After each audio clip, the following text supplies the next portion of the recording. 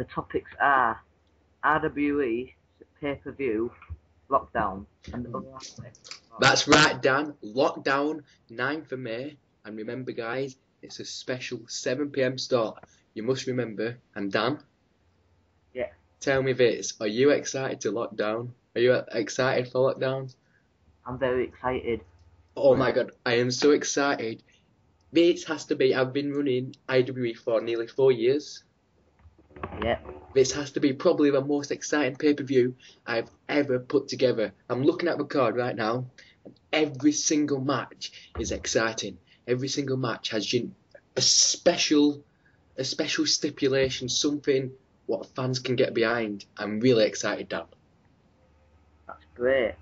And now you've hyped RWE lockdown. Mm-hmm. Very promising with the match card. What will make RWE lockdown different to all the past RWE pay-per-views? Well, at the start of it, on paper, it's quite obvious what the real unique selling point is, and it's a cage match. Every single match will be in a cage, hence the name Lockdown. Yeah? Yeah, But apart from that, we've got huge matches with huge stipulations. And at the moment, I really think the IWE roster is as strong as it ever was. Well, maybe when it first started, we had huge talent, huge star power. right. But now there's about 10 role players who I could probably trust to carry the Federation into 2013. And I'm not just saying that. Right. That's great. It And is. now, I've just been reading the match card, and there's quite a lot of matches. Mm-hmm.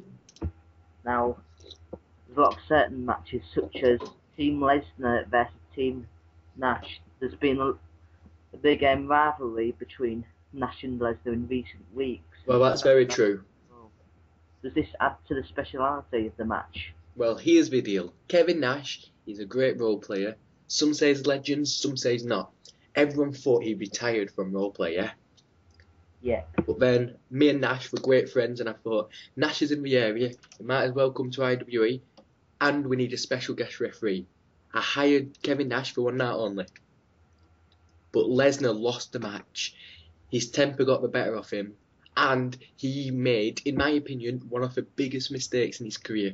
He laid his hands on Kevin Nash, and it's angered Nash, and he returned to IWE just to get revenge. And that's what this match is all about. I see. Now, also, a quite bizarre element of the match card is possibly Daniel dances for an RWE contract.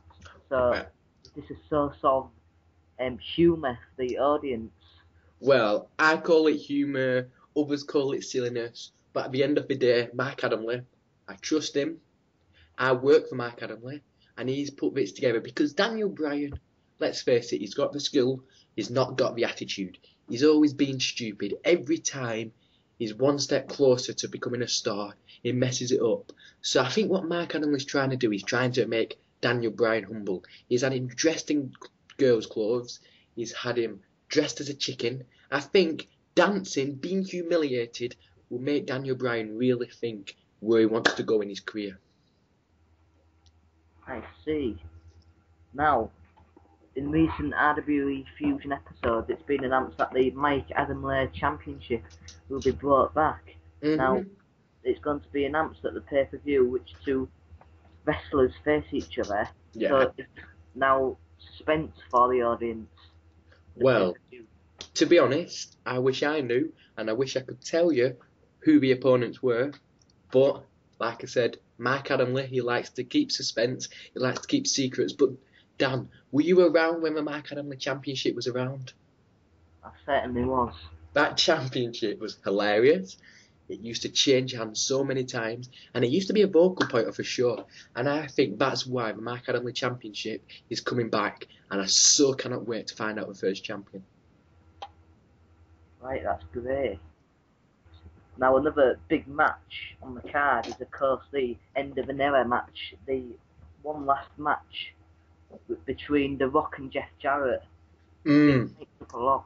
What's your opinion on the matchup? Well, like I said, nearly 4 years doing IWE, The Rock, Reginald Park, has been one of the easiest people to work with. He's always reliable. To an extent, as of lately, his career has taken, so many U-turns. But in his day, when he was a world champion, when he was an all-star champion, when he was on the top of his career, he was a great superstar.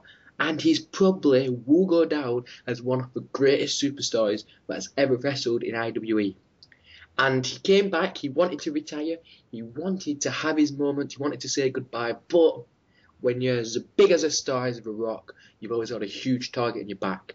And I think Jeff Jarrett wants to cash in on The Rock's fame, and I think Jeff Jarrett wants to take credit for retiring The Rock.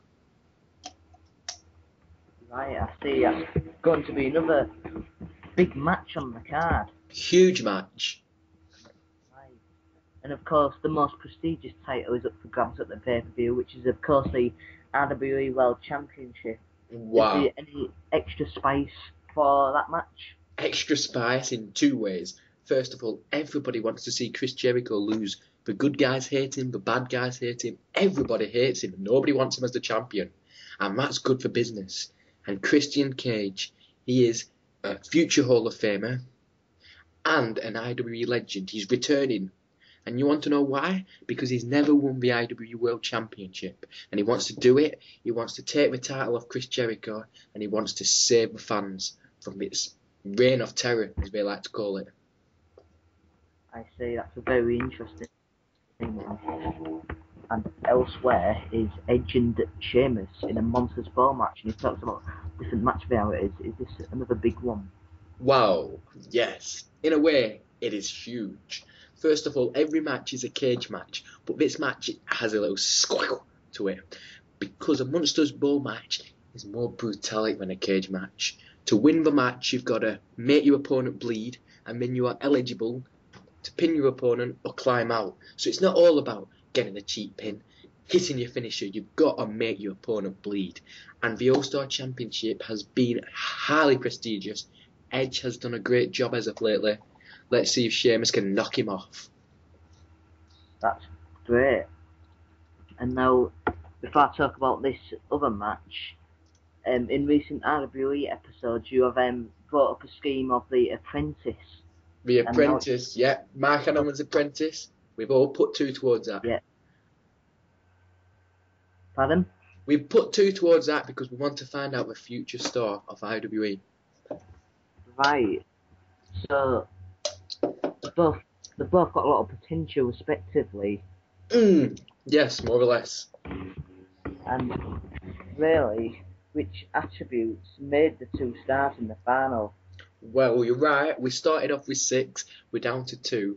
And in my opinion, these superstars aren't perfect, but we've got hints of the skills you need to be a superstar. And that's promo skills, being in character, being able to entertain the fans, being able to do the moves at the right time. It's all about timing.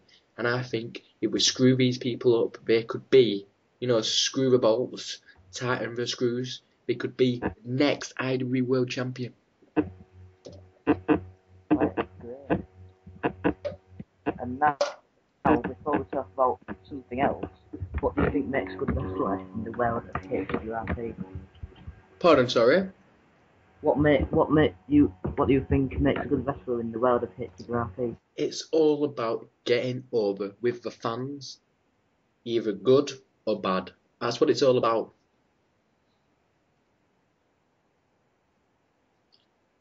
Just to sum it up for you, just like that, I'm being serious. That is what it's all about. If you're not over with the fans, you can have all the skill in the world, you can be the greatest wrestler, you can do the greatest promos, but if the fans don't like you, if the fans aren't behind you, what's the bloody point? Right. That's an interesting perspective. Thank you. Now, I want to talk about long-term RWE. Mm-hmm. So, after this pay-per-view, what is next for RWE? Good question. Now, I'm not one of those people who say, I've been there, I've done it all. 3 times Fed off a year, 2 times storyline off a year, 2-time event off a year. That's impressive. But you can never accomplish everything. I'm going to keep helping IWE. I'm going to keep pumping power into it. Lockdown is just an example of that. There's still more to come. This is probably the biggest pay-per-view of IWE all time. And you're going to see things get bigger and bigger. And you know what, Dan? What's that? I don't know if I'm allowed to do this, but I'm going to give a world exclusive. The next pay-per-view, www.Worldwide Wednesday. Log on and vote for what matches you want, what superstars you want to see. It's going to be all about fan interactive, and it's going to be great. Wow, that's a rare exclusive for you. It is. Fans. Wow.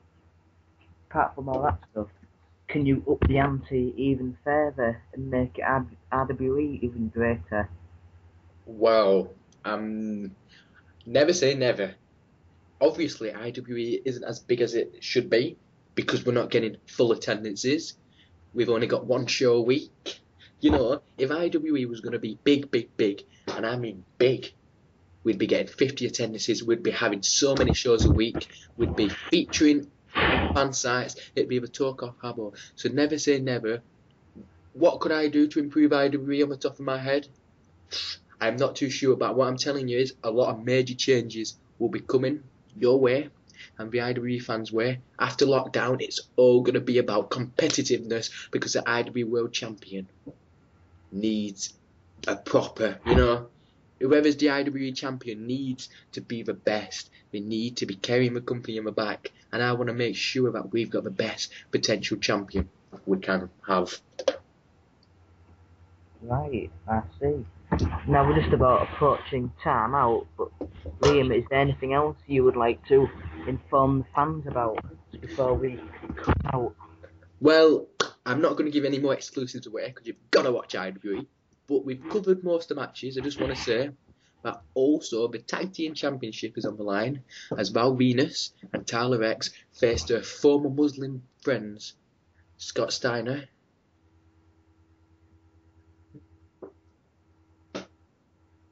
Right.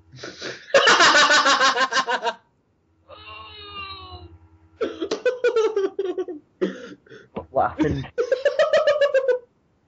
What happened? I'm sorry. Val Venus and Tyler X take on Scott Steiner and Alberto Del Rio. I've got my Guinness now.